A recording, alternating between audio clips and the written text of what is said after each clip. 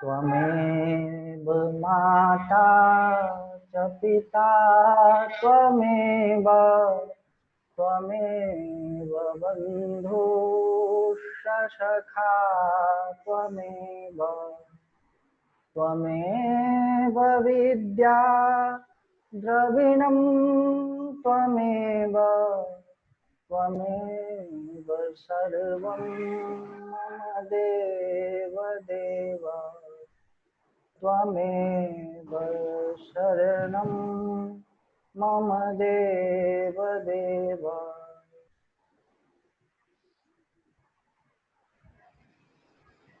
ॐ शन्नो मित्रः संवरुणः शन्नो भवत्वर्यमा शन्नो इन्द्रो बृहस्पतिः शन्नो विष्णुरुक्रमः। नमो ब्रह्मणे नमस्ते वायो त्वमेव प्रत्यक्षं ब्रह्मासि त्वमेव प्रत्यक्षं ब्रह्म वदिष्यामि ऋतं वदिष्यामि सत्यं वदिष्यामि तन्मामवतु तद्वक्तारमवतु अवतु माम् अवतु वक्तारम्। ॐ शान्ति शान्ति शान्तिः।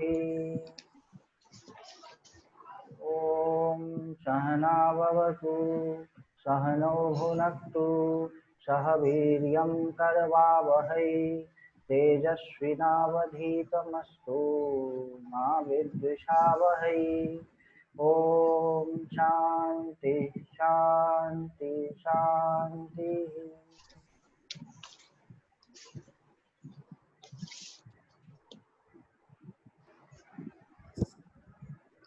प्रणाम प्रणाम। आदित्य जी, प्रणाम।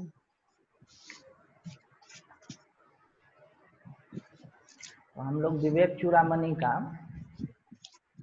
कल तक हम लोगों ने श्रवण मनन निधिध्यासन पिछली बार हम लोगों ने देखा।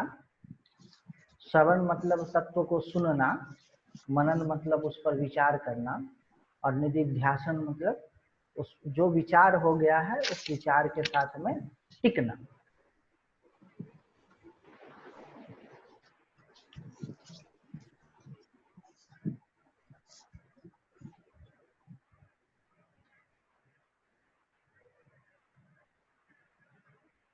अब हम लोगों को क्या करना है आज उसमें अब हम लोग वास्तविक में उसमें प्रवेश कर रहे हैं। विवेक मतलब कि श्रवण में हम लोग अब प्रवेश कर रहे हैं एक तरह से। तो पृष्ठ संख्या कितना है ये हिंदी वाली बुक का? 23। श्लोक नंबर 74। अंग्रेजी वाली बुक में शायद 72 होगी, मज्जा अस्थि वाला। एक दो श्लोक कम उसमें अंग्रेजी वाली में चल रही है। अब आपको इसमें हम लोग प्रवेश करें उससे पहले वेदांत की एकदम मोटी मोटी और एकदम गंभीर बातें आपको बता दें ताकि आगे चल के फंसे नहीं। थोड़ा बहुत हम लोगों ने चर्चा किया था कि वेदांत में यह कहते हैं कि आत्मा को, ब्रह्म को शब्द के द्वारा नहीं जाना जा सकता। ठीक है, तो इसका एक अर्थ तो ये हो गया कि उसको जाना ही नहीं जा सकता है। दूसरा अर्थ हो गया कि इसको किसी और इंस्ट्रूमेंट से जाना जा सकता है। तो ये आज का डिस्कशन नहीं है, ये डिस्कशन अज्ञेयवाद जो है बहुत पुराना डिस्कशन है, जो उस समय में तो हुआ ही था कि परमात्मा को नहीं जाना जा सकता। अभी हाल फिलहाल तक स्वामी विवेकानंद और रामकृष्ण परमहंस के बीच का संवाद है। तो स्वामी विवेकानंद पूछे, उस समय स्वामी विवेकानंद की बैकग्राउंड फिलोसफी की थी और उस समय की वेस्टर्न फिलोसफी की जो भी वो था तो वो तो सब उन्होंने पढ़ा नहीं था। तो रामकृष्ण से पूछे कि वो तो मन और बुद्धि से जाना ही नहीं जा सकता है, तो हम लोग क्यों प्रयास करें? तो वो उन्होंने कहा, जो रामकृष्ण परमहंस ने कहा कि मन बुद्धि से नहीं जाना जा सकता है, क्योंकि मन बुद्धि जिस तरह आंख के कोई चीज बहुत नजदीक हो तो आंख से नहीं पता चल सकता है, लेकिन इसका मतलब जाना नहीं जा सकता है ये थोड़े है। तो इस बात को समझना है कि जाना जाता है, ये अज्ञेयवाद की ओर नहीं चला जाना है। जाना जा सकता है लेकिन एक स्पेशल तरीके से जाना जाता है, विशेष तरीका से जाना जाता है। तो वो विशेष तरीका क्या है? बोले लक्षण प्रमाणाभ्याम वस्तु सिद्धि। इसकी कुछ लक्षण है, उस लक्षण से आपको पता चलेगा। अच्छा, तो उसमें हमारे महाराज जी बहुत अच्छा एग्जाम्पल देते हैं। हम लोग पिछले बार चर्चा किए थे उसका, कि आकाश क्या है यह कहा नहीं जा सकता है, लेकिन हम चिड़िया को पहले बताएंगे कि चिड़िया पंख वाला जीव होता है, वह उड़ता है, और वह जहां उड़ता है उसको आकाश कहते हैं। ठीक, तो वेदांत में भी यही बात है कि वो आकाश क्या है वे नहीं बता सकते हैं, ब्रह्म क्या है ये नहीं बता सकते हैं, मुश्किल, असंभव है। बोले कि जूठा नहीं हुआ है ब्रह्म ज्ञान कभी, और बाकी सारा चीज जूठा हो गया। जूठा होने का मतलब मुंह से जो चला गया तो जूठा है ना, मुंह से स्पर्श हो गया। तो मुंह से यह ज्ञान स्पर्श नहीं हुआ है कभी, तो यह ज्ञान जो है ना जूठा नहीं हुआ है। और बाकी जितना भी वेद है, पुराण है, उपनिषद है, सारे चीज झूठे हो गए हैं। व्यासोच्छिष्ट जगत सर्वम, व्यास देव का उच्छिष्ट है जितना भी ज्ञान है, लेकिन यह ब्रह्म ज्ञान ऐसा है कि ये झूठा नहीं हुआ है कभी। तो बोले कैसे बताते हैं? तो लक्षण से बताते हैं। पहले बताएंगे कि चिड़िया है, ये हवाई जहाज है, देख रहे हो, और ये जहां उड़ रही है ना उधर दृष्टि ले जाओ। तो कहाँ उड़ रही है भाई? तो जहां उड़ रही है उसका नाम आकाश।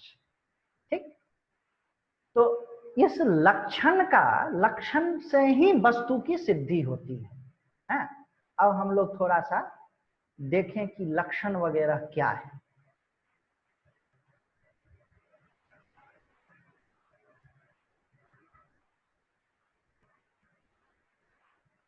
ये दिख रहा है स्लाइड सबको?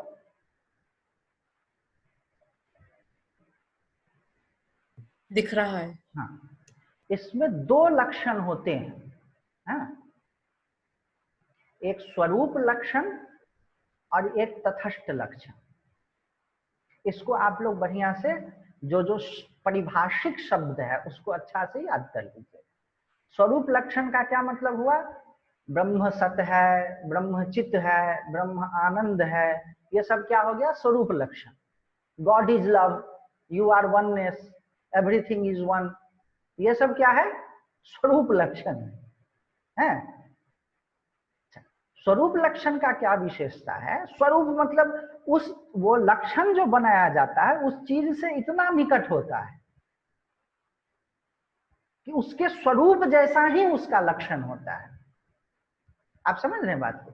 सत्य चित्त आनंद यह ब्रह्म है। अब आपको सत्य का ही मतलब न मालूम हो, चित्त का ही मतलब न मालूम हो, आनंद का ही मतलब न मालूम हो, लव का ही मतलब नहीं मालूम हो, वननेस का मतलब नहीं मालूम हो, वन एवरीथिंग का मतलब नहीं मालूम हो, तो स्वरूप लक्षण क्या होगा? आप समझ पाएंगे? नहीं समझ पाएंगे। तो स्वरूप लक्षण जो है वो सुनने में अच्छा लगता है पर उससे ज्ञान नहीं हो पाता है।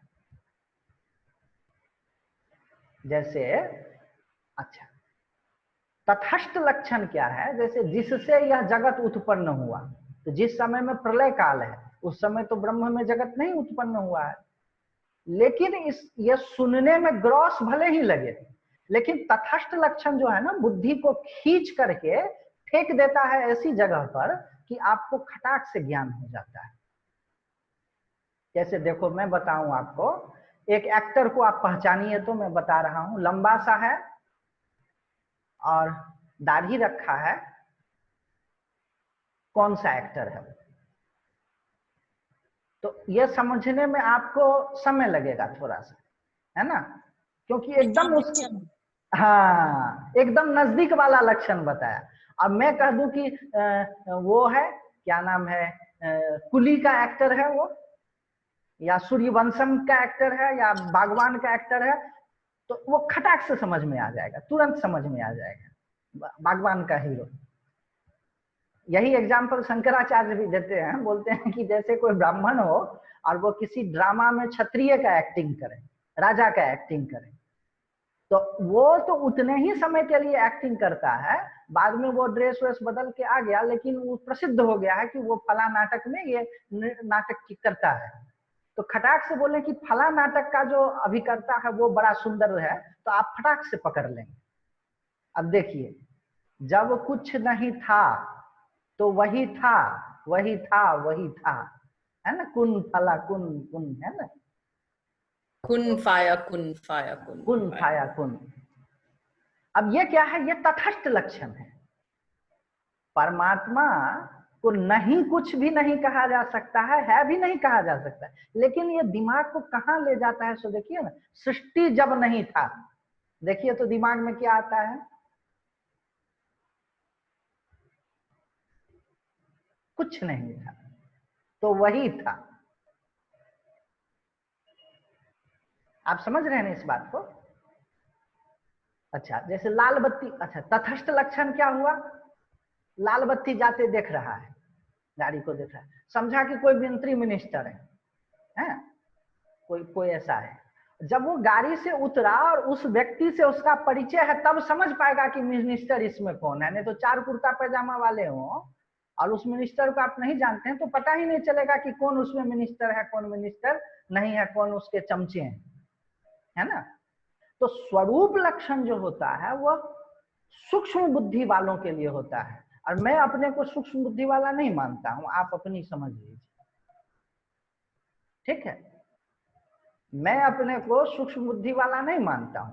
जो अत्यंत सूक्ष्म बुद्धि का मनुष्य है, जो एकदम पूर्व पूर्व जन्मों में कितना वो किया है, उसको अगर कहा जाए कि सत्य चित आनंद ब्रह्म है, तो उसको सत्य शब्द का भी मतलब मालूम है, मतलब एक्सपीरियंशियल जानकारी है।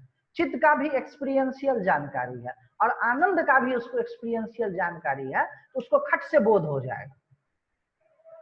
और जो तटस्थ लक्षण है वो सुनने में भले ही उतना प्रोफाउंड नहीं लगता है, लेकिन ज्ञान होता है तटस्थ लक्षण से। ये बात हमको खोल करके हमारे महाराज जी हमको बताए, ये किसी शास्त्र में नहीं लिखा है। स्वरूप लक्षण और तटस्थ लक्षण तो ऐसे लिखा है, लेकिन दोनों में क्या अंतर है ये खोल करके महाराज जी बताए। और किस प्रसंग में बताए ये मैं बताता हूँ कि बनारस में, जो बनारस जहाँ पर खत्म होता है वहां पर एक साधक रहते थे, बड़े अच्छे, मतलब कृष्णामूर्ति, उनको कृष्णामूर्ति सेंटर है बनारस के उसमें। तो महाराज जी कृष्णामूर्ति को बहुत मानते हैं और उनको भी कहते हैं।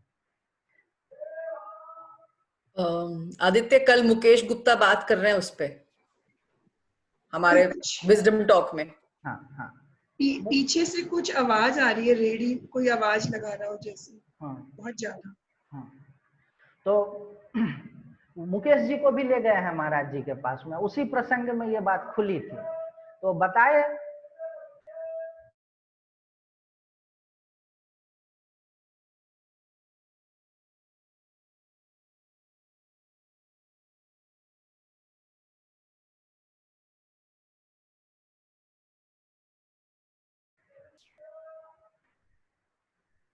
हाँ, तो चलने देते हैं, चल रहा है, वो जगह हाथ बदल डाला है ना।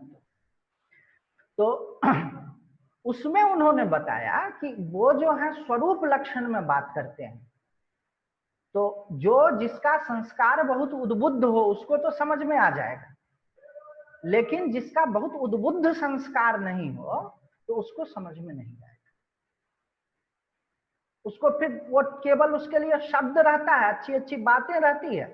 भाई कृष्णमूर्ति तो बहुत संत व्यक्ति थे, उसमें तो कोई शंका नहीं है, लेकिन उनकी जो शैली है ना वो समझ में नहीं आएगी सबको। तो तटस्थ लक्षण में उसका ब्रह्म का प्रवचन करना चाहिए, ऐसा। तुम्हारी बीच बीच में आवाज गायब हो गई। अभी ठीक आ रही है आवाज? हाँ, अब आ रही है, तो पिछले 2 सेंटेंस रिपीट करने पड़ेंगे। हाँ, उसमें वही बात हुई थी कि जो वो स्वरूप लक्षण में बात करते हैं, एकदम से परमात्मा के एकदम नजदीक का जो ट्रेट्स है ना, वो ट्रेट्स बताते हैं।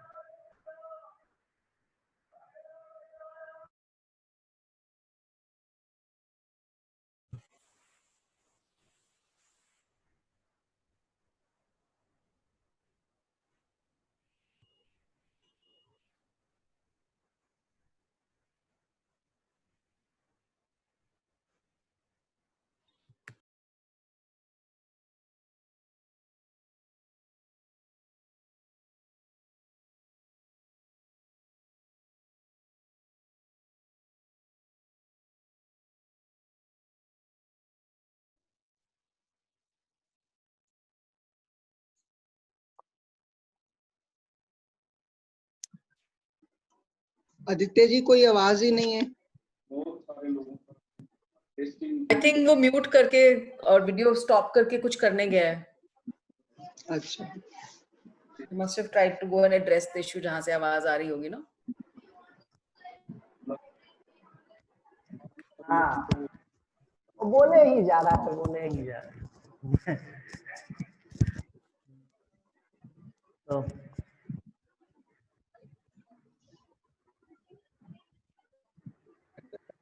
अंतर समझ गए ना स्वरूप लक्षण का और तटस्थ लक्षण का। तो हम लोगों को इसीलिए ये बात बताया कि सामान्यतः आप जब वेदांत सुनने के लिए आएंगे तो लगेगा क्या अच्छी अच्छी बातें क्यों नहीं बोलते हैं, ये सब बातें क्यों बोलते हैं, शरीर क्यों है, और ये सूक्ष्म शरीर है, ये स्थूल शरीर है, ये कारण शरीर है, और ये सब बातों से क्या होगा। दक्षिण मुक्ति वाला आ रही है आवाज? हाँ, तो ये सब बातें क्यों बोलते हैं और सीधे अच्छी अच्छी बातें क्यों नहीं बोलते हैं। तो उसमें बोर नहीं होना है और ये नहीं सोचना है कि इससे क्या होगा। वो खटाक से, ये वेदांत की ऐसी पद्धति है ना कि वो आपके मन को सीधे के सीधे वहां पर फेंक देगा, तत्वों में फेंक देगा। कब फेंक देगा आपको पता ही नहीं चलेगा और आप तत्व तक पहुंच जाएंगे। आप बात समझ रहे हैं ना। जैसे कहा कि ये स्थूल शरीर ये है, सूक्ष्म शरीर ये है, कारण शरीर ये है, तीनों बोला बोला, उस तीनों से जो अतिरिक्त है और तीनों का जो ग्राउंड है वो परमात्मा है। तो समझाएंगे वो स्थूल शरीर, समझाएंगे सूक्ष्म शरीर, समझाएंगे कारण शरीर, लेकिन आपके मन को ऐसा बना करके फेंकेंगे जब एक सेकंड वो क्लिक होगा और आप सीधे के सीधे कहां चले जाएंगे, मन विलीन हो जाएगा, मन गायब हो जाएगा। ये वेदांत की पद्धति है। तो हम लोगों को क्या करना है कि स्वरूप लक्षण के चक्कर में ज्यादा नहीं पड़ना है और हम लोगों को तटस्थ लक्षण के चक्कर में ज्यादा पड़ना है, क्योंकि बुद्धि जो है वो ये एक समझाने की पद्धति है, वहां तक वो जो है ना पकड़ करके समझा देगी। तो इसको बढ़िया से समझ लीजिएगा। अब एक और चीज आपको हम और दिखा रहे हैं। जो लोग परंपरा से वेदांत नहीं पढ़ते हैं उनको ये पद्धति नहीं मालूम है। ये देखिए, आया ना नया स्लाइड, नया स्लाइड आया, आ गया।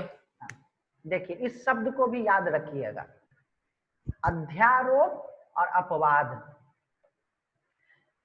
आपने रामलीला देखा है, वहां पर रावण की मूर्ति बनाई जाती है। ये बात मैं कई बार कहा हूं, रावण की मूर्ति बनाई जाती है रामलीला में, खूब बड़े से बड़ा, और अगर उसका नाक थोड़ा सा टेढ़ा हो जाए बनाने के बाद, आर्टिस्ट कोशिश करता है कि अच्छी से अच्छी मूर्ति बन जाए, लेकिन बनाने के बाद उसका नाक थोड़ा सा टेढ़ा हो जाए, उस नाक को सीधा करने की कोशिश नहीं करते हैं, हो गया चलने दो। क्यों? क्योंकि उस मूर्ति में तो आग लगानी है फिर से। तो फिर पूछेंगे कि मूर्ति बनाया क्यों? आग ही लगानी थी मूर्ति में, तो मूर्ति बनाया क्यों? अच्छा, दुर्गा पूजा में दुर्गा जी की मूर्ति बनाया मिट्टी की, और जब सारा पूजन कर लिया तो उसको फिर पानी में डाल दिया। तो बोले कि बनाया क्यों मूर्ति? अब बनाया तो उसको पानी में क्यों डाला? तो जो मूर्ति बनाना हुआ रावण का, वह हुआ अध्यारोप, और मूर्ति को में आग लगा दिया, वो हो गया अपवाद। अपवाद मतलब हटाना, अध्यारोप मतलब आरोपित करना किसी चीज को। अच्छा, रावण की मूर्ति बनाने का क्या मतलब है? इसको शंकराचार्य जी बहुत उदाहरण देते हैं, बोलते हैं उसमें और कुछ नहीं है, रामवत आचरितव्यम, रावणवत मां आचरितव्यम, ये उसका उद्देश्य है कि राम जैसा आचरण कीजिए, रावण जैसा आचरण मत कीजिए। ये उसका पूरा का पूरा उद्देश्य है उस मूर्ति बनाने का। अब कोई उस मूर्ति से चिपक जाए, कहे कि नहीं रावण का तो रामलीला ग्राउंड दिल्ली में ऐसी मूर्ति बनता है और बनारस में ऐसी मूर्ति बनता है, आप गलत कह रहे हैं, आप सही कह रहे हैं, उस मूर्ति की लंबाई इतनी है, इस मूर्ति की लंबाई इतनी ही है, तो मुश्किल में पड़ जाएंगे ना। वहां पर उद्देश्य मूर्ति बनाना नहीं है, वहां पर तो उद्देश्य है कि उस मूर्ति को बना करके जो मैसेज कन्वे आपको करना है, ठीक है ना। तो वेदांत में उसी को लाइए, उसी चीज को कि ये पंचकोश है या अवस्था त्रय है, जागृत है, स्वप्न है, सुषुप्ति है, अन्नमय कोश, प्राणमय कोश, मनोमय कोश, विज्ञानमय कोश, आनंदमय कोश है, अथवा स्थूल शरीर, सूक्ष्म शरीर, कारण शरीर, ये जो चीजें हैं ये वास्तविक में नहीं है। इसको एकदम माथे में बैठा लीजिए, न तो स्थूल शरीर है, न सूक्ष्म शरीर है, न कारण शरीर है, तीनों का तीनों परमात्मा ही है। न अन्नमय कोश है, न प्राणमय कोश है, न मनोमय कोश है, न विज्ञानमय कोश है, न आनंदमय कोश है, सबका सब परमात्मा ही है। न जागृत है, न स्वप्न है, न सुषुप्ति है, तीनों का तीनों जो है तुरीय ही है। अगर सब वही है तो अन्नमय, प्राणमय, मनोमय, विज्ञान में, आनंद में आया कहां से?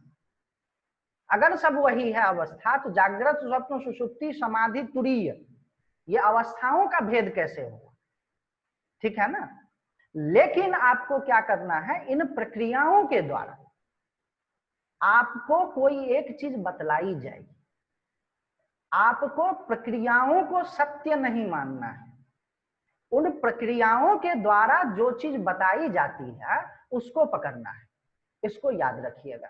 कभी अध्यारोप करेंगे, कभी अपवाद करेंगे, कुछ चीजों को आरोपित करेंगे, पहले पंचकोश बताएंगे, फिर बोलेंगे इन पांचों कोशों से जो अतीत है वह परमात्मा है।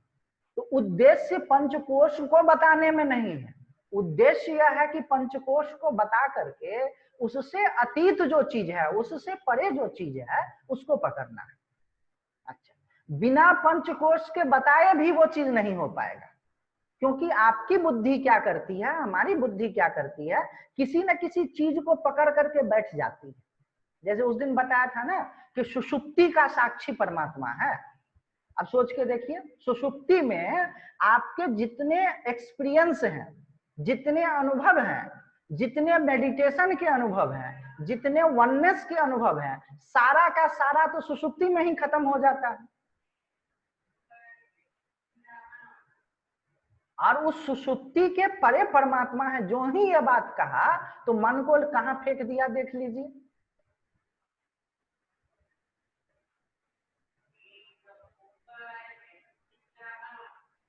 तो यही चीज है, आपको प्रक्रियाओं को तो पकड़ना है, प्रक्रियाओं के द्वारा आपको प्रक्रिया से जो अतीत चीज है उसको पकड़ना है। वही बात मैंने लिखा है। दो चीजें यहाँ पर है, आपको देखना है। शास्त्रेषु प्रक्रिया जाल अविद्या एव उपवर्ण्यते। शास्त्रों में प्रक्रिया के जाल से अविद्या का ही वर्णन किया जाता है। अविद्या मतलब आकाश नहीं, अविद्या मतलब पक्षी, अविद्या मतलब बादल, और बादल को बता करके फिर बताया जाता है कि भैया जिसमें चिड़िया उड़ रही है उसका नाम आकाश। तो जो भी बताया जा रहा है वो अविद्या है, सुनने में लगेगा, लेकिन उसके परे जो है वह ज्ञान है। अच्छा, दूसरी चीज क्या है, नहीं प्रक्रिया परम ज्ञानम, उसको भी देख लीजिए, नीचे लिखा हुआ है। ये दोनों स्लाइड्स हम भेज देंगे। प्रक्रिया के परे ज्ञान नहीं होता है। ये आचार्य अभिनव गुप्त का है, वो कश्मीर शैव आगम जो है उसमें उन्होंने कहा नहीं प्रक्रिया परम ज्ञान। हमारे महाराज जी इसको बहुत बोलते हैं कि बिना प्रक्रिया के जो ज्ञान की प्रोसेस है उसके परे ज्ञान नहीं हो पाता है।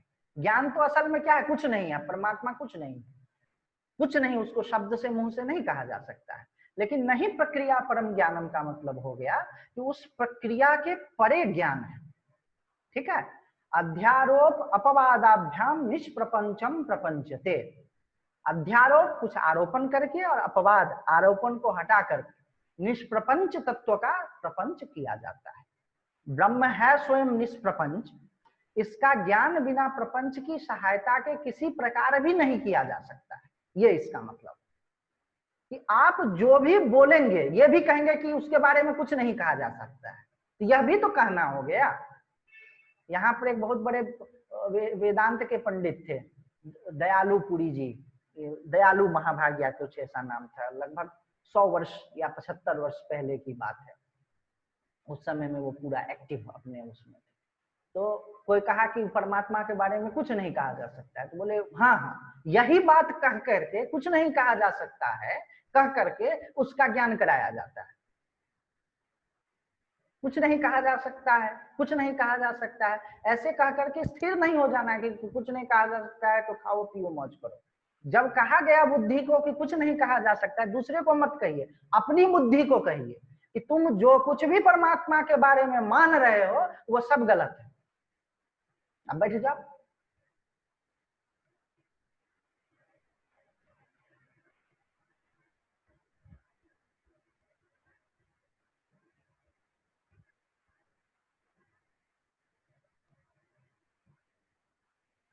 निर्द्वंद, अच्छा बैठ जाओ, ये भी नहीं हो सकता है, चुप्पे चुप न हो, है ना? जो लाई रहा लगातार,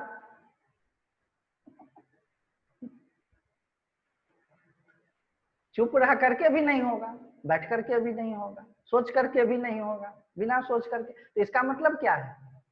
समझ रहे हैं ना, बात को पकड़ रहे हैं? नहीं प्रक्रिया परम ज्ञान, प्रक्रिया के परे ज्ञान नहीं है।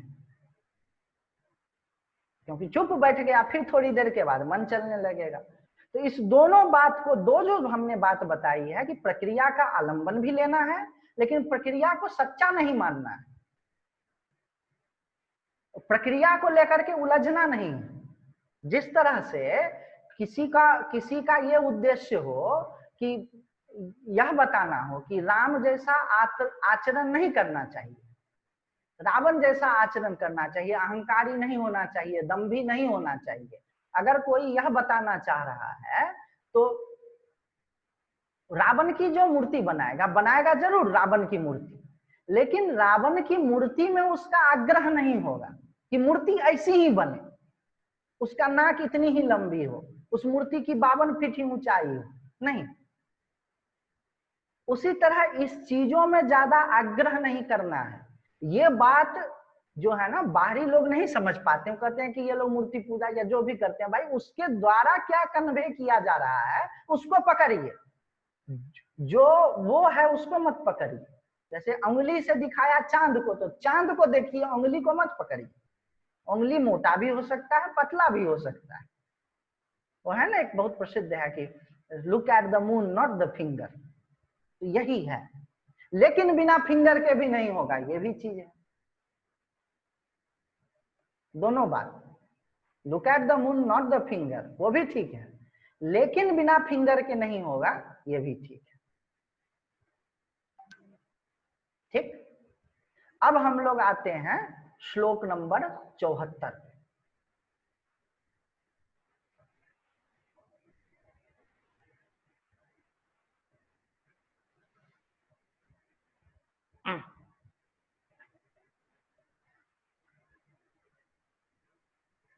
मज्जा अस्थि मेदः पल रक्त चर्म तक त्वक आहुवये। मज्जा अस्थि मेद मांस रक्त चर्म और त्वचा नाम से, इसको मैंने अंग्रेजी में भी लिख दिया है सबको, जो इनकी डिक्शनरी मीनिंग है वो लिख दिया है ताकि आप लोगों को समझ में आ जाए। ये भी इन धातु भी, धातुओं से अन्वित, पाद उरु वक्षो भुज पृष्ठ मस्तक कही, पैर जांघ सीना हाथ पीठ और सर से, अंगहि अंगों से, उपांगहि उपांगों से, उपयुक्त एतत् अहम मम प्रथितम शरीरम मोहास्पदम स्थूलम इति ईर्यते बुधे।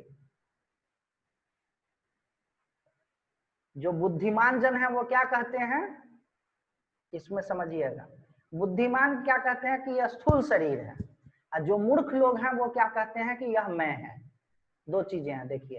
अहम, जो अस्थि मज्जा रक्त मेद मांस और त्वचा से मिल करके पैर जांघ सीना हाथ और पीठ से युक्त है, उसको जो मैं जैसा पता चलता है, यह शरीर जो है ना मैं जैसा पता चलता है, लगता है कि मैं ही हूं, और मोह का आस्पद है, मोह का जगह है,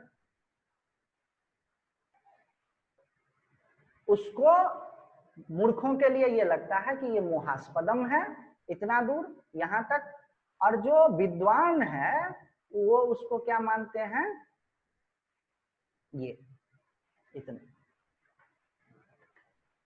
वो कहते हैं कि भाई ये तो ऐसा है,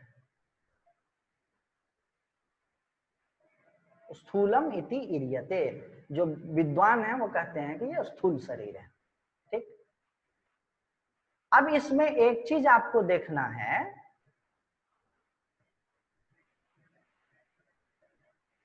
अब इसमें आपको एक चीज यह देखना है कि स्थूल शरीर को हम लोग सामान्यतः मान लेते हैं कि उसमें हमारी आसक्ति नहीं है। जो थोड़ा बहुत हम लोग पढ़ते लिखते हैं तो लगता है कि स्थूल शरीर में तो हमारी आसक्ति नहीं है और मन बुद्धि में आसक्ति है, लेकिन ठीक से अगर आप देखेंगे, एकदम गहरे में जाएंगे, तो स्थूल शरीर को ही लेकर के सारा व्यवहार है। मान सम्मान, सिक्योरिटी का बोध, और वो ये सब स्थूल शरीर में है, इसीलिए उसको मोहास्पद कहा गया है।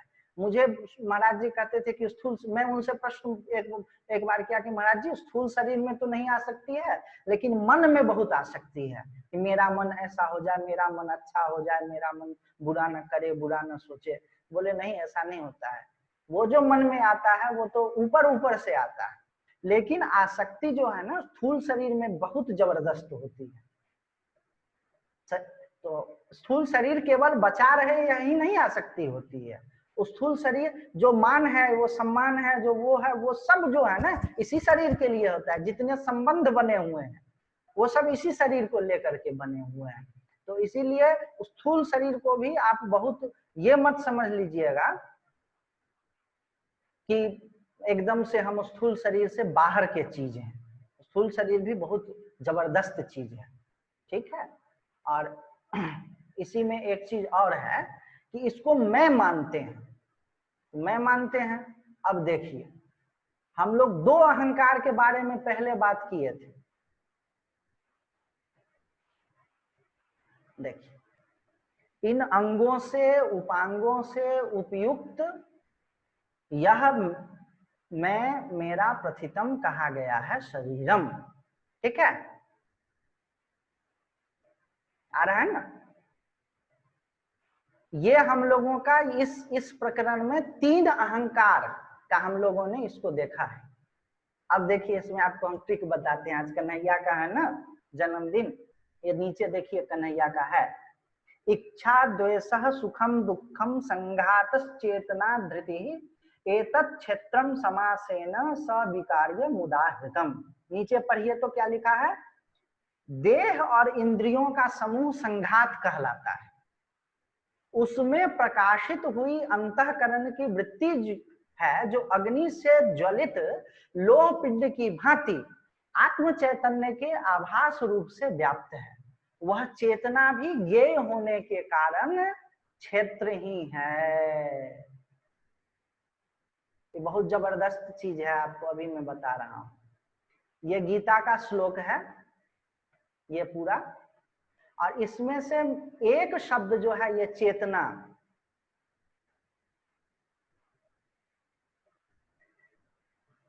ये जो चेतना जो शब्द है, केवल चेतना, च को हटा दीजिए, वो हो नहीं रहा है, चेतना है।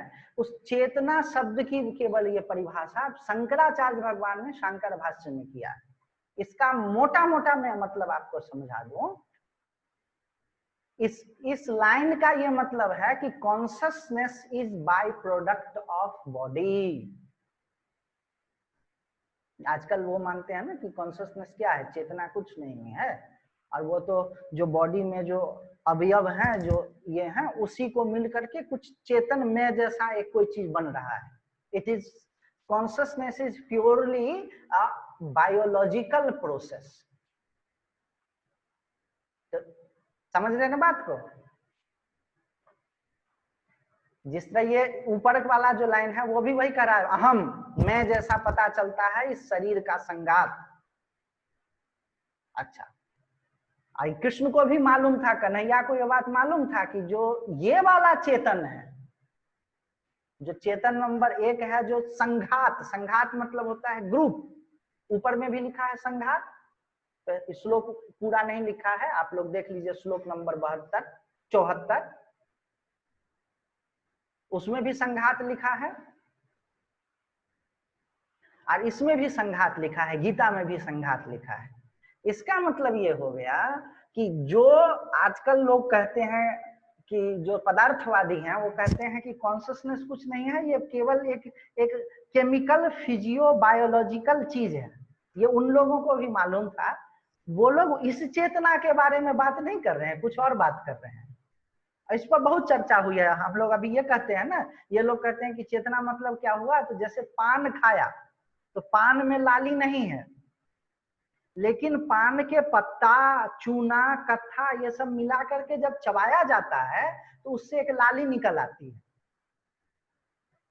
उसी तरह से हाथ, पैर, शरीर और अंग उपांग को मिल करके मज्जा, अस्थि, मेद, ब्लड, ये सब को मिला करके एक चीज बन जाता है। इनका एक बाय प्रोडक्ट है, उसका नाम चेतना है। इस पर बहुत चर्चा हुई है, ऐसा मत सोच लीजिएगा कि ये लोग नहीं चर्चा किया। फिर बोले कि भैया हम तो इस चेतना की बात ही नहीं कर रहे हैं, इस चेतना को हम ब्रह्म मान ही नहीं रहे हैं, हम तो उसको ब्रह्म मानते हैं जो हमेशा बनी रहती है। और ये चेतना उस समय में जो एनेस्थेसिया है वो उस तरह की नहीं थी, तो उन्होंने कहा कि भांग खा लेने से जो चेतना खत्म हो जाती है, कम हो जाती है, हम उस चेतना की बात नहीं कर रहे हैं, दैट इज नॉट कॉन्शियसनेस। उसमें वह कैसे चेतना है, तो जिस तरह से आग के पास में लोहा रख दीजिए, देखिए अग्नि से प्रज्वलित लोह पिंड के समान, तो आग जब जलेगी तो लोहा भी गर्म होकर के लाल हो जाएगा, लगेगा कि आग जैसा है, वो आग है वह नहीं। उसी तरह से वो जो परम चेतन तत्व है, उसके चेतन, उसके अत्यंत सामीप्य होने के कारण ये जो रक्त, मज्जा, अस्थि, मेदा, मांस आदि का जो ग्रुप है, जो संघट्ट है, जो संघात है, वो भी चेतना जैसा लगता है। ठीक है, तो हम लोग पकड़ लीजिए कि एक अहंकार ये देखा था हम लोगों ने, जो बॉडी का अहंकार है। दूसरा अहंकार क्या है, माइंड का अहंकार है, जो अपने को डूअर और इंजॉयर मानता है, यह अहंकार नंबर 2 है। देखिए कितना सूक्ष्म विवेचन किया है अहंकार और मैं का और आई का और आइडेंटिटी का। अरे राम राम राम। ये देखिए तीसरा अहंकार क्या है, कि एकदम डीप स्लीप में जो पता चलता है। 3 तो अभी बताया है, 5-6 और बताएंगे अभी आपको हम धीरे धीरे। सबको इकट्ठा करके दिमाग में डालना है कि 3 नंबर भी असली अहंकार नहीं, मतलब ब्रह्म नहीं है, अहंकार मात्र है, जो नींद में जो केवल बचता है। जो शरीर में पता चलता है वो भी अहम नहीं है, और जो मन में पता चलता है कि मैं करता हूं, मैं भोगता हूं, वह भी अहम नहीं है। देख लीजिए तीनों।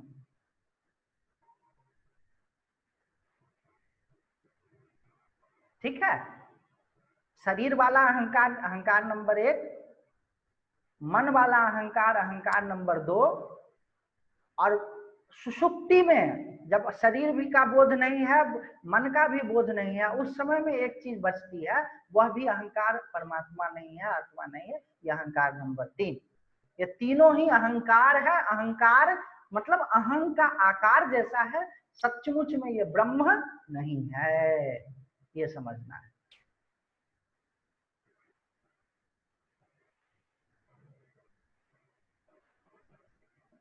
अब देखिए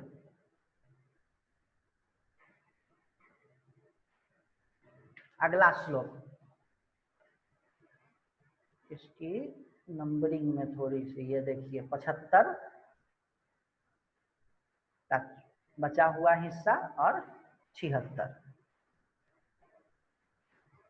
अंग्रेजी वालों का कुछ और होगा, नंबरिंग मिला दीजिएगा। नभः नभस्वत दहन अम्बु भूमयः भूतानि भवन्ति तानि परस्परांसहि मिलितानि भूत्वा स्थूलानि च सूक्ष्म शरीर हेतवः मात्रा तदीया शब्दादय सुखाय भोग। शब्दादय पंच सुखाय भोक्तुम। इसमें एक शब्द सुख गया है, सुखाय भोक्तु होना चाहिए, भोक्तुम हो गया। अब देखिए ये क्या कह रहे हैं, नभ का मतलब होता है आकाश, नभस्वत आकाश में जो घूम रहा है उसको वायु, दहन हो गया अग्नि, अंबु हो गया पृथ्वी, अब भूमि हो गया, अंबु हो गया जल और भूमि हो गया पृथ्वी। तो ये 5 महाभूत कहे गए हैं, ठीक है। अब आप कहेंगे कि 5 महाभूत हम तो केमिस्ट्री में पढ़े थे 108 एलिमेंट हैं। मूर्ख लोग हैं, 5 महाभूत बताते हैं। अरे केमिस्ट्री में 108 है या 118 एलिमेंट है ना, hydrogen, helium, lithium, beryllium, boron periodic table में, और ये लोग 5 ही एलिमेंट बताते हैं। मूर्ख लोग हैं। अच्छा मैं पूछता हूं, आपने 118 एलिमेंट देखा है? नहीं देखा है? अरे किसी ने देखा है? अच्छा मैं बताता हूं क्यों 5 एलिमेंट माना गया है मेरे लिए।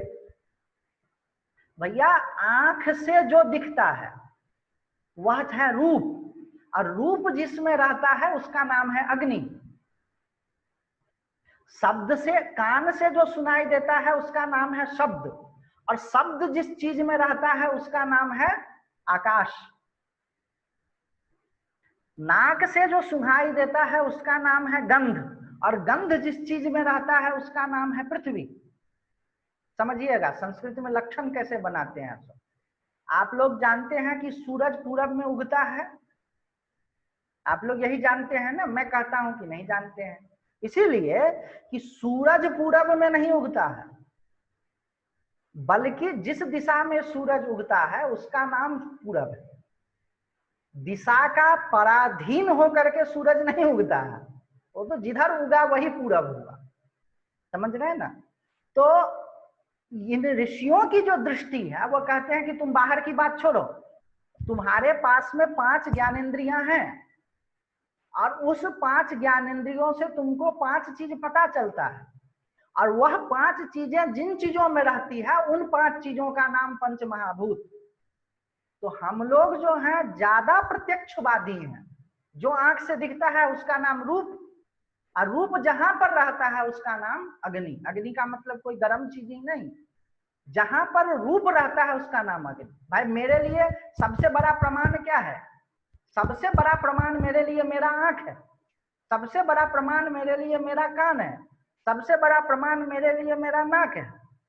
तो मेरे नाक से पता चलता है गंध, और गंध जहां रहती है उसका नाम पृथ्वी। इसीलिए हम लोग 5 एलिमेंट बताते हैं। इसमें कोई ऐसा नहीं कि शास्त्र कहते हैं कि मूर्ख लोग हैं, नहीं भाई, ये तो सामान्य सी लॉजिकल बात है कि आपकी 5 ज्ञानेंद्रियां हैं, और इन 5 ज्ञानेंद्रियों से 5 विषय पता चलते हैं, और वो 5 विषय का जो महा आधार है उसीलिए हम लोग 5 वो बोलते हैं। इसमें कोई ऐसा नहीं कि ऐसे समझ लीजिएगा आप सो करके उठे आपके पास में 5 ज्ञानेंद्रियां हैं, या जो पहला मनुष्य पैदा हुआ उसको 5 ज्ञानेंद्रियां हैं, उन 5 ज्ञानेंद्रियों से 5 चीजें पता चलती है। वह 5 चीज जिस जिस महाभूत में रहता है, वो जहां रहता है उसका नाम वो 5 रख दी। अग्नि रूप वाला नहीं, बल्कि रूप जहां पर रहता है उसका नाम अग्नि। उसका भी मैं लिस्ट बनाया हूं, अभी आपको दिखाता हूं। तो ये क्या कह रहे हैं कि आकाश, वायु, अग्नि, जल, पृथ्वी, ये सब परस्पर में मिल करके और स्थूल शरीर को बनाते हैं, और यही 5 चीज स्थूल शरीर के विषय बन जाते हैं। देखिए आपको बताते हैं।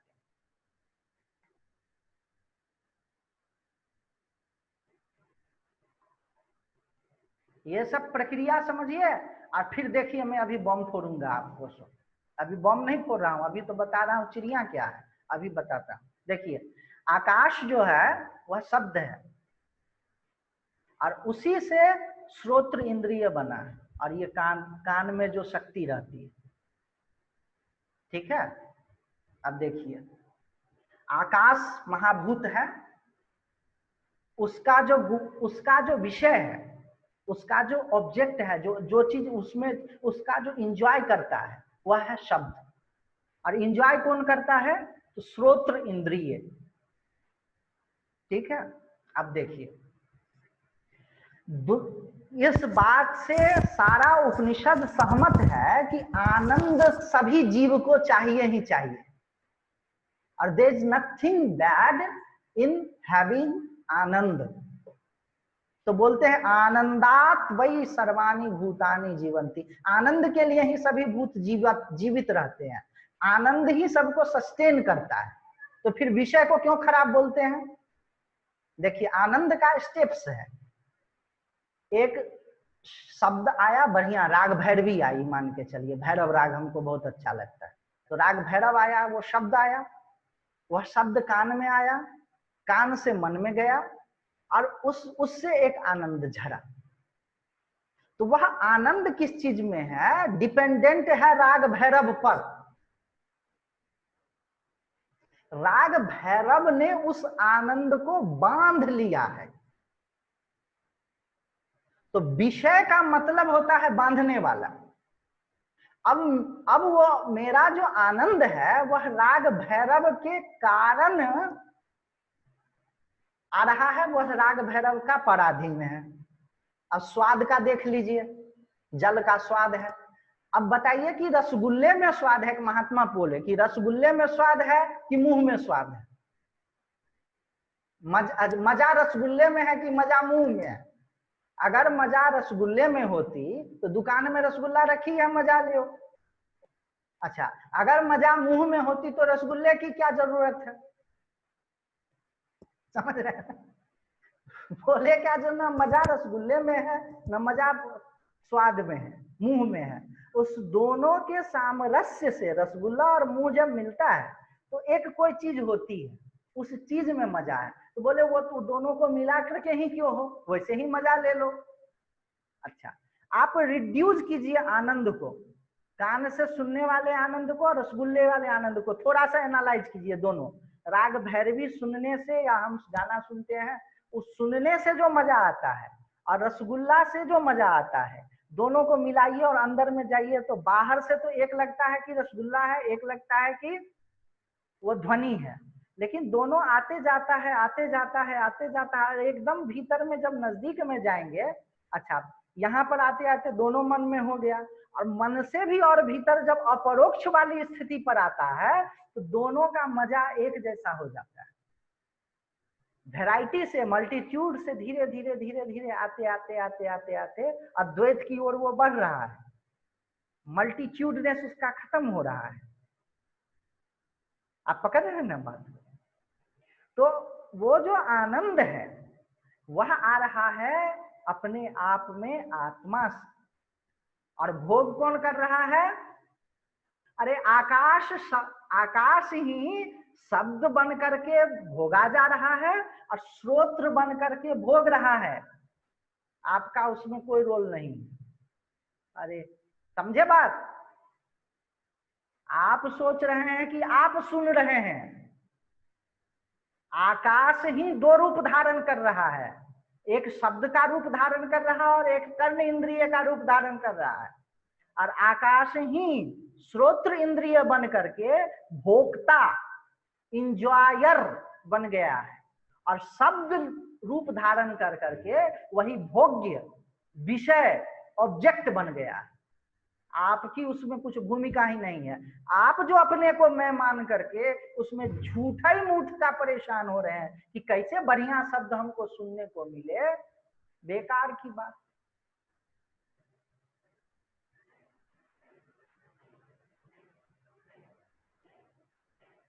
जो आकाश है, एक पक्ष में वो श्रोत्र इंद्रिय बन गया है, एक पक्ष में म्यूजिक बन गया है, और वही सुन रहा है, वही सुना जा रहा है। आप झूठ मूठ का बीच में दाल भात में मुसलचंद, जो अपनी आई जो है, आपकी जो आइडेंटिटी है वो झूठ मूठ की आ रही है, बेकार की आ रही है, आप दौड़ भाग कर रहे हैं। उसी तरह वायु, स्पर्श, वायु ही स्पर्श इंद्रिय बन रहा है और वायु ही स्पर्श नाम का विषय बन रहा है, और वही एक दूसरे को ग्रहण कर रहा है। जो आप अपनी आइडेंटिटी बीच में ला रहे हैं वो आप झूठ मूठ का आप परेशान हो रहे हैं। रूप बढ़िया देखें, चलचित्र देखें, सिनेमा देखें, कुछ भी देखें, बहुत ब्यूटी देखा तो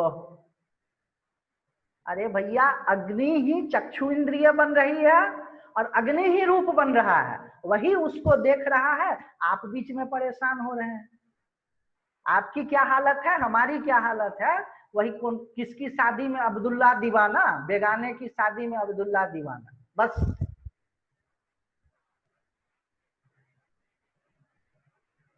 अरे रूप बेगाना, चक्षु बेगाना, दोनों अपने आपस में मिल रहे हैं, अग्नि के दोनों स्वरूप हैं, हम क्यों परेशान हो।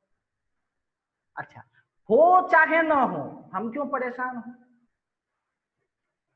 चक्षु रूप से मिल रहा है, चक्षु रूप से मिल रहा है। अब मिलने में छुड़ाने में दोनों पकड़िएगा, मिलाने में छुड़ाने में हम क्यों परेशान हो।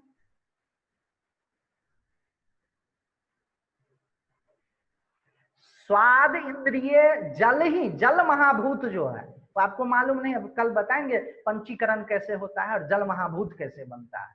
ये जो जल महाभूत है वही स्वाद बनता है, वही स्वाद इंद्रिय बनता है, एक दूसरे को ग्रहण कर रहा है भैया। एक बार मैं गुड़गांव वहां था, नोएडा में था, तो एक व्यक्ति बता रहे थे कि यहाँ से हम खाना खाने के लिए कौन सा एक ढाबा है, तो 200 किलोमीटर या 70 किलोमीटर वहां से पड़ता है। बताए 70 किलोमीटर चले जाते हैं। क्यों चले जाते हैं भाई, तो जल के एक हिस्से को जल के दूसरे हिस्से से मिलाने के लिए। अच्छा, उसमें हिस्सा भी क्या कहिए, वो तो महाव्यापक है, सभी जगह पर है। अरे स्वाद और स्वाद इंद्रिय दोनों को मिलाने के लिए अहम संबित वाला मैं जो है दौरे भागे चला जा रहा है। उसी तरह पृथ्वी ही गंध बनता है, एक पक्ष से पृथ्वी ही ज्ञान इंद्रिय बनती है, एक दूसरे को ग्रहण कर रही है। आप भले परेशान हैं। अच्छा, कहें कि नहीं परेशान हो तो अब देखिए कि चक्षु इंद्रिय है, आंख है ना, चक्षु इंद्रिय है। इसमें थोड़ा सा स्वाद इंद्रिय वाला कोई चीज डाल दीजिए तो देखिए कितना मजा आता है। खूब बढ़िया बना हुआ चटकारे वाला गोलगप्पा का पानी जो है चक्षु इंद्रिय में टच करा दीजिए, क्या मजा आएगा भाई। गोलगप्पा में मजा हो, चक्षु इंद्रिय में डालिए,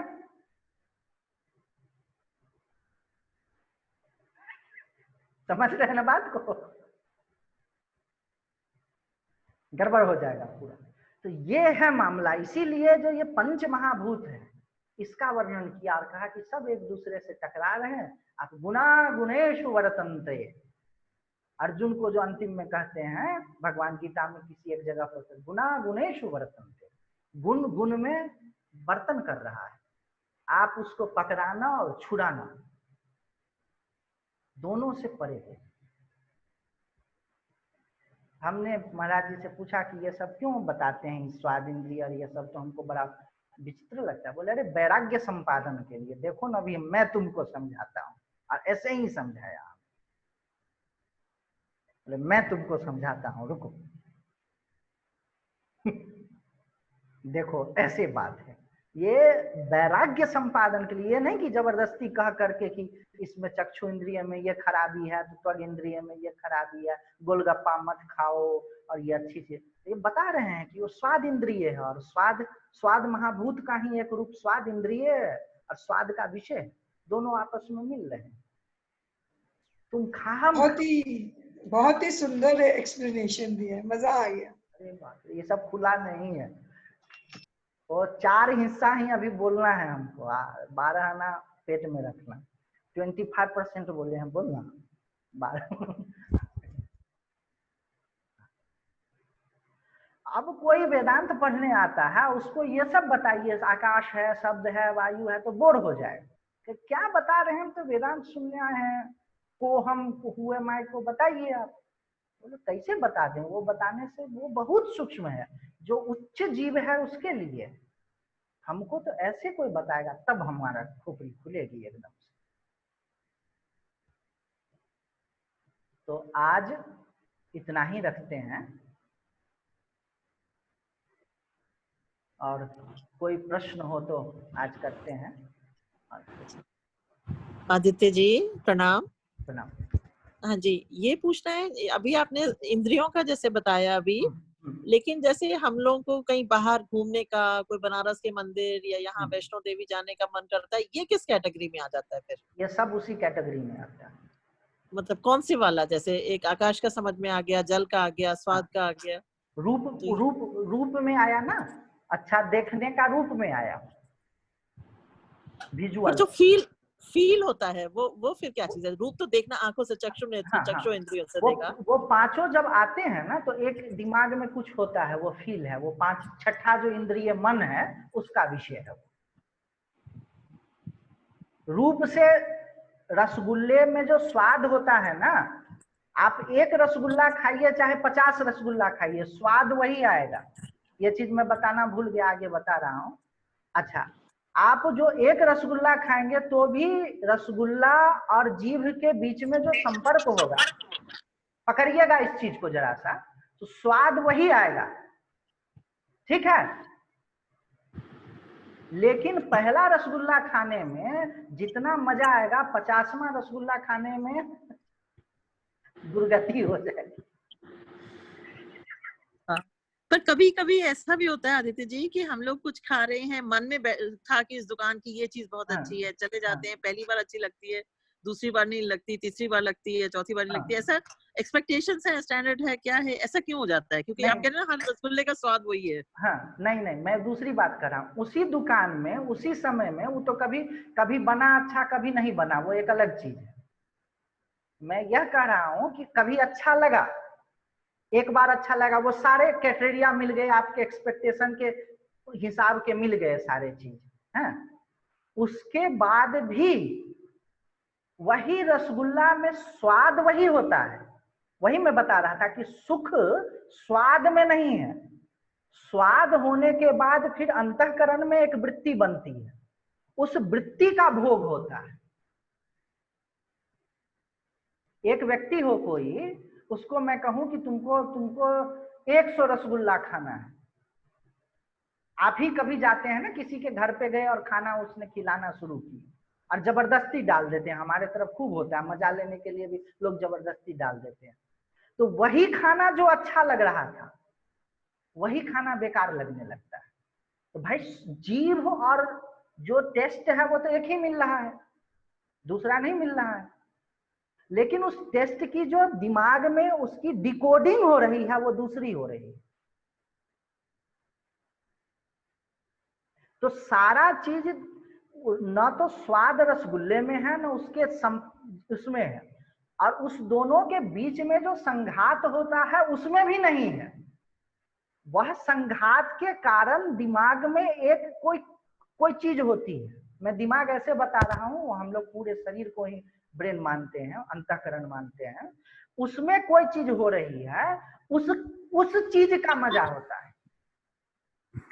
तो जैसे हम लोग इंग्लिश में कहते हैं डोपामिन डेवलप होता है, कई एक्शंस से होता है, तो वही समथिंग सिमिलर टू दैट। आजकल डोपामाइन फास्टिंग भी होता है क्या? हाँ जी, हाँ जी, हाँ हाँ, तो वो उसी तरह की वो डोपामाइन भी जो भी कह रहे हैं आप अंग्रेजी में, वो भी भौतिक चीज ही है, वो भी भौतिक चीज ही है। कुछ सूक्ष्म चीज ऐसी प्रक्रिया होती है जो जो जो उस चीज का मजा लिया जाता है, वह मजा नहीं है, वह मजा उसका मजा लिया जाता है। रसगुल्ला से स्वाद मिला, उस स्वाद से एक चीज हुई, उस चीज का मजा लिया जाता है। समझ रहे हैं बात को? ये हाँ जी, समझ में आ रहा है। तो बेसिकली ब्रेन के अंदर जो केमिकल रिएक्शन होता है किसी टाइप का, जैसे इलेक्ट्रोड्स और ये सारी चीजें जो भी जैसे स्पार्क और ये सब निकलता है, जो अंदर कोई भी रिएक्शन होता है, मैं डिटेल में मैं भी नहीं जा रही हूँ, लेकिन वही फीलिंग है, पर उसको जो आप बता रहे हैं हाँ, उस तरह का उसको एग्जाम्पल में लीजिए, दैट्स द एग्जाम्पल। बहुत समझ आया, ठीक है, थैंक यू, थैंक यू।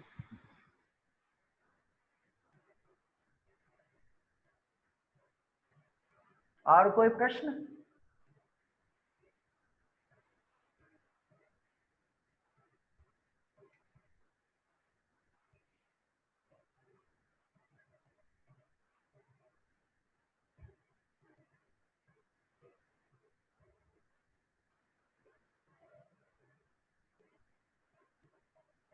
आपकी वॉइस नहीं आ रही है रवि जी, आपने अनम्यूट नहीं।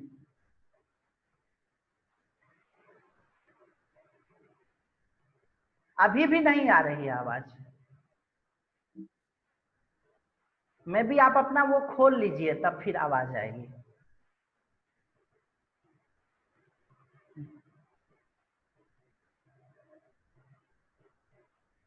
नहीं आ रही है, उसको उससे खोल लीजिए, जो वो कंप्यूटर में या जिस डिवाइस में लगा हुआ है ना उससे।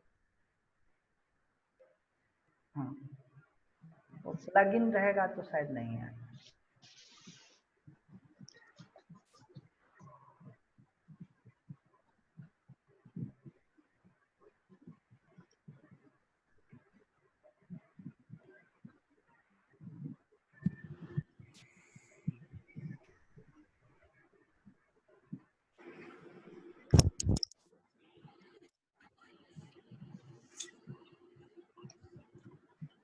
आदित्य जी एक आखिरी क्वेश्चन पूछ लो, एक छोटा सा। एकदम। हाँ जी, बीच में मेरा कनेक्शन चला जाता है तो मुझे समझ नहीं आता कि आपको मिल रहा है मैसेज की नहीं। तो ये जो आप कह रहे हैं कि रूप का, जैसे आपने एग्जांपल दिया बहुत अच्छा था कि हम तो है ही नहीं, हमारा मन, मतलब हम लोग रूप का एक बार और से बोले, क्योंकि लोग सारी इंडस्ट्री रूप पे ही चल रही है और लोग भी रूप की बात करते हैं, और इधर आप कह सारी रहे हैं कि इंडस्ट्री ही उसी पर चल रही है कि दो ही चीज इंडस्ट्री में है ही, फियर या तो एंड लुक्स। चक्षु इंद्रिय को इंटरटेन कीजिए, नहीं तो चक्षु इंद्रिय की पावर बढ़ा दीजिए। अच्छा, टेलीविजन चक्षु इंद्रिय की पावर को भी बढ़ा देता है, और उसकी वो सब हमको मालूम है। कान का फाइल क्या है, चक्षु इंद्रिय, इसको श्रोत्र इंद्रिय की पावर बढ़ा दिया। और म्यूजिक क्या है, तो श्रोत्र इंद्रिय को इंटरटेन कर रहा है। आप नाखून से लीजिए और पैर तक, ये इस तक, और सारे का देख लीजिए आप, इंडस्ट्री उसी से बनी हुई है। नाखून को पॉलिश करना, नाखून को सुंदर करना, पैर के नाखून को वो करना, पेडिक्योर से ऊपर बढ़ाते चले जाइए, उसको स्ट्रॉन्ग करना या उसको इंटरटेन करना, इसी पर पूरी इंडस्ट्री बैठी हुई है। पूरा लिस्ट आपका बन जाएगा। पर देखिए, हम लोगों के भगवान और देवी माँ सबको इतना सुंदर सजाया जाता है, उनकी हर चीज को देखा जाए, उनके अलंकार को और उनके आभूषणों को, तो लाइक कुछ तो है जो हमें अच्छा लगता है। हम इमेजिन नहीं कर सकते कि ये सब चीजें पिक्चर इसके बिना हो। नहीं, तो मैं उसके बिना रहने का नहीं है, बस उसकी प्रक्रिया समझना है कि कौन किसको पसंद कर रहा है। रूप अग्नि और रूप अग्नि चक्षु इंद्रिय आपस में मिल रहे हैं। हाँ जी, आपको मिल गए तो ठीक है, नहीं मिले तो ठीक है, आपको परेशान नहीं होना है। इसमें जो परेशानी वाली एलिमेंट है ना, उसको हम हटाने को कह रहे हैं। हाँ, मैं समझ रही हूँ, पर मन को कैसे समझाएं, मन को कैसे समझाएं कि भैया मन समझ गया, और इतनी जल्दी नहीं समझेगा, तो समझते समझते समझेगा। अभी एक ही दिन में तो नहीं समझेगा। ठीक है, ठीक है। Thank you. ये दुस्साहस मात्र है। हमको किसी ने कहा कि यह दुस्साहस मात्र है। एक दिन उन्होंने कहा कि महाराज जी सब समझ गए, बोले ये दुस्साहस मात्र है, कितने करोड़ कल्प लग जाते हैं, तुरंत समझ जाए, तुरंत सब चीज हो जाए। तो मतलब ये नहीं, कोशिश करनी चाहिए, लेकिन फ्रस्ट्रेट नहीं होना चाहिए, इसके लिए मुझे समय लगेगा।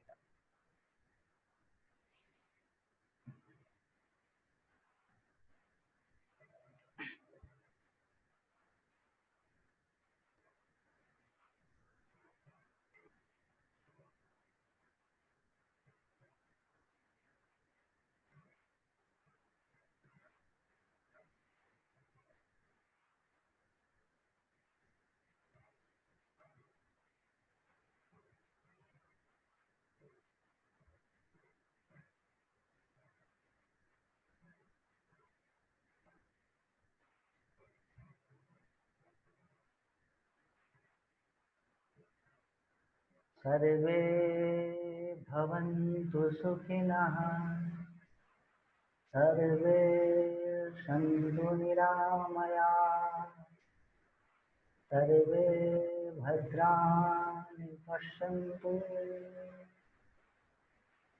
मा कश्चित् दुःखभाग् भवेत्।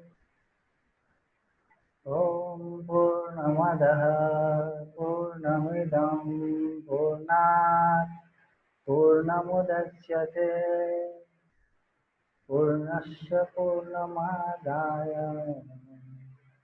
पूर्णमेवावशिष्यते। ॐ शान्ति शान्ति शान्तिः।